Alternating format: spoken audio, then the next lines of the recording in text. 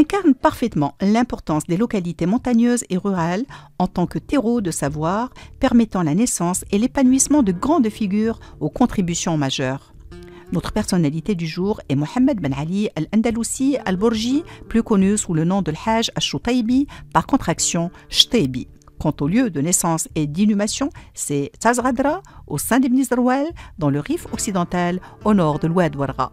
Del-Hajj Chtaybi, disait Mohamed Al-Bashir Al-Fassi dans son livre consacré à la tribu d'Ibn Zarwal, où il a passé une période importante en tant que juge. Et il faisait partie des plus grands savants et des pieux de la communauté. Il avait une grande stature en matière de connaissances et une maîtrise parfaite des sciences religieuses telles que le fiqh, le hadith, l'exégèse, l'histoire et la littérature. On lui doit plusieurs ouvrages dans divers domaines, ainsi qu'une mission d'enseignement accomplie dans sa région d'origine au pays Jbala et probablement aussi au cours de ses voyages. Concernant ses racines familiales, elles sont rattachées à une origine andalouse, d'où la mention Al-Andalousie, ainsi que le lien à des villes dans son patronyme, telles qu'Al-Bourji de Borja, dans la province de Saragosse, et Chtaybi de Chativa, dans la communauté valencienne. Le fait est que sa famille s'est établie au nord du Maroc durant le règne du Mérénide Abou Inan au sein d'Ibn Zarwal. Ces derniers forment une grande tribu, considérée d'origine berbère snahagienne par Ibn Khaldoun, alors que d'autres historiens lui attribuent une origine masmoudienne de la branche d'Ermara. Quoi qu'il en soit, Sidi Mohamed Ben Ali Chtaybi a vu le jour en 882 de l'Hégire, 1470 de l'ère commune, dans la localité de Tazradra. De celle-ci, disait Mohamed al-Mahdi al-Fassi dans son Mumti' al-Asma' que c'est un village situé près de la ville de Rafsaï, dans la province de Taounat, entouré par des forêts d'oliviers et de vignes.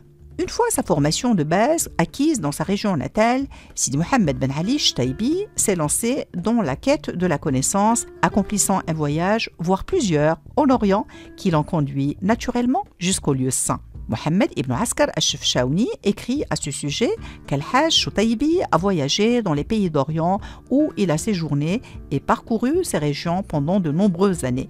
Nous imaginons aisément ses escales au Caire, à Médine ou à Damas, sans oublier qu'il s'est arrêté 3 ans à Misrata, en Libye, dernière demeure du cher de son cher, le fameux Ahmed Zarrouk, qui est l'une des plus grandes autorités spirituelles d'Afrique du Nord, référence notable de la jurisprudence malikite et grand cher mystique, auteur de plusieurs ouvrages natifs du Maroc. Parmi les différents maîtres rencontrés par Sidi Mohamed Ben Ali Choutaybi, le plus décisif est justement l'illustre Sidi Ahmed Ben Youssef al-Rashidi, qui l'a suivi dans la voie Zarruqiya, branche de la Chadiliya, en l'imitant dans sa quête de symbiose entre l'ésotérisme et l'exotérisme, soit la sharia et la haqiqa, ainsi que dans sa conduite ascétique. Plusieurs auteurs relatent dans ce renoncement au prestige matériel son refus répété de se présenter à la cour du sultan Mohammed Cheikh. Ibn Askar al-Chefchaouni écrit à ce sujet. Ce cher était un homme de grande stature, ascétique face aux plaisirs et aux richesses du monde, choisissant souvent de se retirer loin des gens. Le souverain le sollicita à plusieurs reprises pour qu'il se présente devant lui, mais il refusa, répondant « Je suis un homme pauvre et mon humble présence n'est d'aucune utilité ». Son choix de résidence s'est fixé au mont Ouedka, l'un des plus hauts sommets de la tribu d'Ibn Zarwal, ainsi qu'au village montagneux de Tazradra, où il partageait son temps entre la science et le travail manuel. Ces journées étaient ainsi consacrées à la culture de la terre, à la chasse, à la copie de manuscrits, à l'écriture, à l'enseignement et à l'accomplissement des responsabilités liées à la mosquée, telles que la direction de la prière, le prêche et la prédication.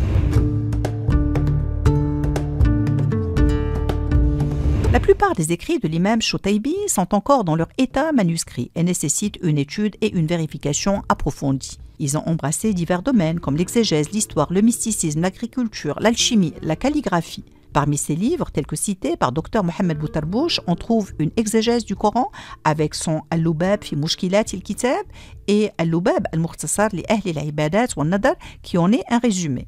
Al-Hajj Choutaybi a également écrit un livre d'histoire, Al-Juman fi Akhbar al-Zaman, traduit en français par l'orientaliste et philologue Antoine Isaac Sylvestre de Sassy. Citons également un livre d'explication des aphorismes du théologien mystique Ahmed ibn Atallah al-Iskandari. Sans oublier ses différents autres ouvrages, dont Al-Hadiqa al-Mustaqilla fi Ba'd Fatawi Ulama il-Millah, qui comprend des questions et réponses juridiques. On lui doit aussi une épître sur l'agriculture, dont le professeur Abdelaziz Ben Abdallah souligne qu'elle renferme des informations produites par des références spécialisées dans ce domaine, telles qu'Abou Othman ibn Lyon, ibn Wafid, ibn Bassal at-Turri et d'autres savants andalous, en y ajoutant ce qu'il a tiré de sa longue expérience personnelle. Que dire de ce livre sur l'alchimie intitulé Datul Faslain wa Khal'un Na'lain fil Kimia et bien d'autres productions qu'il serait fastidieux d'énumérer. En plus de sa production intellectuelle, l'imam Shotaybi s'est consacré à l'enseignement des sciences dans son école de Tazradra, en particulier l'exégèse et les hadiths.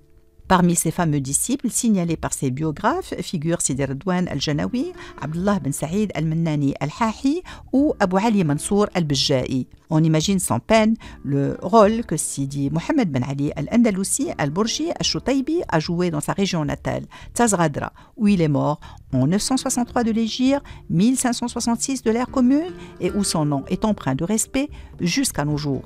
C'est que, par ses connaissances et son engagement, il a non seulement enrichi le champ scientifique, mais s'est imposé tout en humilité comme un vecteur essentiel de la transmission du savoir. À travers son enseignement et l'écriture de plusieurs ouvrages, il témoigne par la même occasion du rôle des localités rurales dans le rayonnement de la culture et de la science.